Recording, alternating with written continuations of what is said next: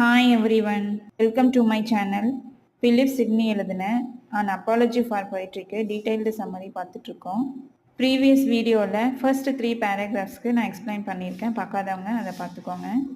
இப்போது 4th பேராகிராஃபோட summary வந்து பார்க்கலாம்.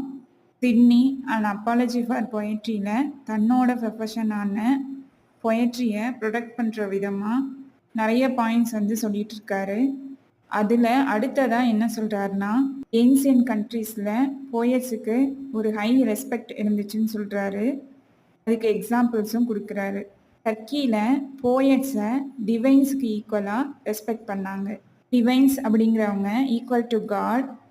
அவங்க தான் டர்க்கியில் பீப்புளுக்கு சட்ட திட்டங்களை வகுத்தாங்க. ஸோ டிவைன்ஸுக்கு ஈக்குவலாக போயட்ஸை பார்த்தாங்க.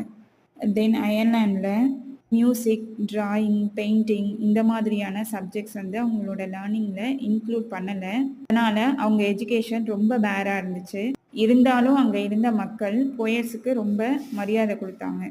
தென் பார்பரூஸ் வெஸ்ட் இண்டியன்ஸ் கூட, நாகரிகமற்ற வெஸ்ட் இண்டியன்ஸ் கூட மனிதர்களையும் காட்ஸையும் புகழ்ந்து பாடக்கூடிய அரட்டோஸ் ரொம்ப இம்பார்ட்டன்ஸ் கொடுத்தாங்க. இங்கே அரட்டோஸ் அப்படிங்கிறது சாங்ஸ் தான், அவங்க பாடக்கூடிய சாங்ஸ் மூலயமா அங்கே இருக்க சாவேஜஸை என்ஹான்ஸ் பண்ணலாம் அப்படின்னு நினச்சாங்க.